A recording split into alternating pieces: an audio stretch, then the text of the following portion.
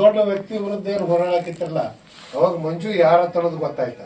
ಆಯ್ತು, ನಾವೊಂದು ಉತ್ತರ ಕರ್ನಾಟಕದ ಹೋರಾಟ ಸಮಿತಿ, ಉತ್ತರ ಕರ್ನಾಟಕ ಸೇನೆ ಐತಲ್ಲ, ಒಂದು ಉತ್ತರ ಕರ್ನಾಟಕ ಸೇನೆ ಮಾಡಿದ್ವು, ಒಂದು ಕಿತ್ತೂರು ಕಲ್ಯಾಣ ಕರ್ನಾಟಕ ಅಂತೇಳಿ ಒಂದು ಪಕ್ಷ ಮಾಡಿದ್ವು. ಉತ್ತರ ಕರ್ನಾಟಕ ಸೇನೆ ಒಳಗ ಮಂಜು ಅವ್ರಿಗೆ ಒಂದು ಜವಾಬ್ದಾರಿ ವಹಿಸಿದ್ವು ನಾವು. ಉತ್ತರ ಕರ್ನಾಟಕ ಎಲ್ಲ ಇದನ್ ಮಾಡುತ್ತೆ, ಅದ್ರ ತಕ್ಕ ಅವ್ರು ಓಡಾಡಕ್ತಾರು. ಅವ್ರು ಎಂತ ಸ್ವಭಾವದಾರ ಅಂದ್ರ ಹಠವಾದಿಗಳು. ಉಳ್ಕಿದವರೆಲ್ಲ ಒಂದ್ ಸ್ವಲ್ಪ ಹೇಳ್ಬೋದು ಬಿಡ್ಬೋದು, ಅಂದ್ರೆ ಒಬ್ಬೊಬ್ರು ಏನ್ ಮಾಡ್ತಾರ, ಒಂದ್ ಸ್ವಲ್ಪ ಏನಾದ್ರು ಪ್ರೆಷರ್ ಬರ್ತಂದ್ರೆ ಸರ್ಕೊಂಡ ಸೈಡ್ ಆಗಿಬಿಡ್ತಾರೆ.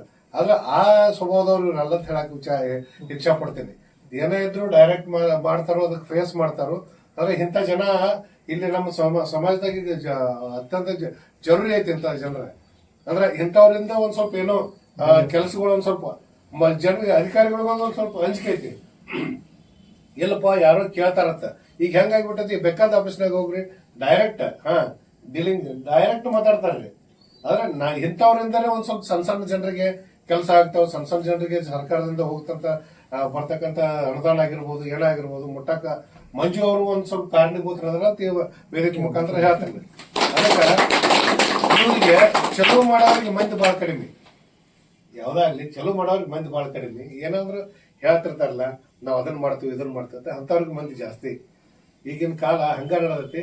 ಆದ್ರೆ ಇದಕ್ಕೂ ಒಂದು ಒಳ್ಳೆ ಕಾಲ ಬರ್ತೈತಿ. ಆದ್ರೆ ಅಲ್ಲಿ ತನಕ ನಾವು ತಡ್ಕೊಂಡು ಹೋಗ್ಬೇಕು. ಆ ತಡ್ಕೊಂಡು ಹೋಗುವಂತ ಕೆಪಾಸಿಟಿ ದೇವ್ರ ಮಂಜು ಅವ್ರಿಗೆ ಕೊಡ್ಲಿ ಅಂತೇಳಿ ಹಾರೈಸಿ ನನ್ನ ಮಾತು ಮುಗಿಸ್ತೀನಿ.